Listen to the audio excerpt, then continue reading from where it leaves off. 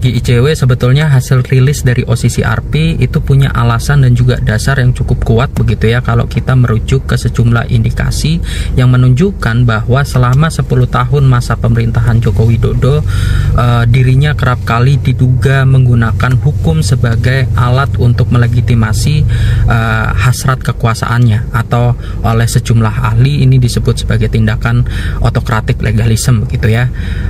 Sebetulnya ada dua alasan untuk mendukung argumentasi ini. Yang pertama berkaitan dengan disorientasi politik hukum penguatan pemberantasan korupsi.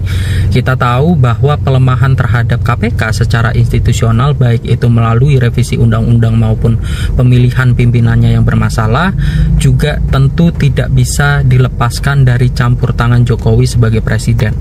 Ini kemudian berakibat terhadap lemahnya pemberantasan korupsi yang dilakukan oleh tidak hanya KPK sebetulnya, tapi juga oleh kejaksaan dan juga kepolisian, yang mana kemudian akibatnya kasus korupsi di Indonesia dari tahun ke tahun mengalami peningkatan yang cukup konsisten. Itu yang pertama. Kemudian yang kedua berkaitan dengan dugaan manipulasi pemilu.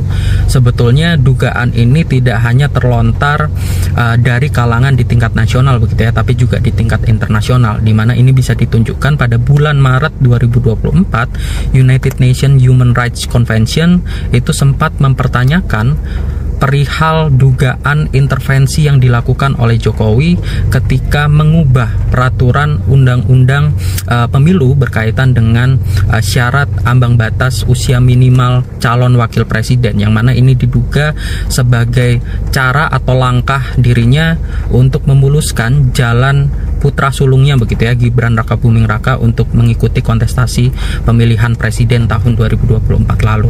Ini sekaligus juga hasil rilis ini sekaligus juga menjadi alarm begitu ya bagi pemerintahan Prabowo agar dirinya tidak menjadi pimpinan yang anti terhadap pemberantasan korupsi.